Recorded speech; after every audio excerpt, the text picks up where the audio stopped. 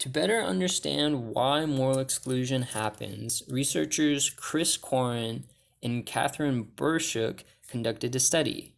This study collected responses from 47 21-year-old psychology students on how they justified their scope of justice.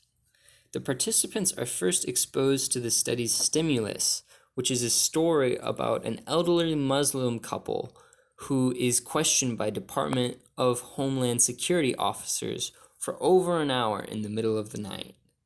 The participants were then asked to write their opinion on whether the family had been treated fairly by the Department of Homeland Security and whether they were deserving of help.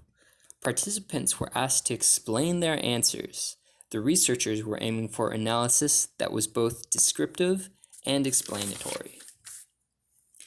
After the responses were coded, clear patterns emerged as to the motivation for moral inclusion or exclusion in this study.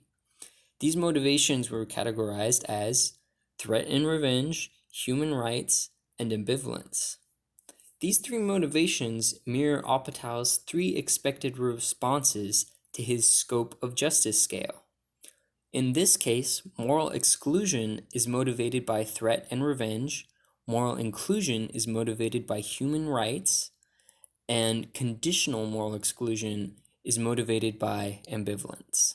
This study worked to shed light on how people make decisions of moral inclusion or exclusion.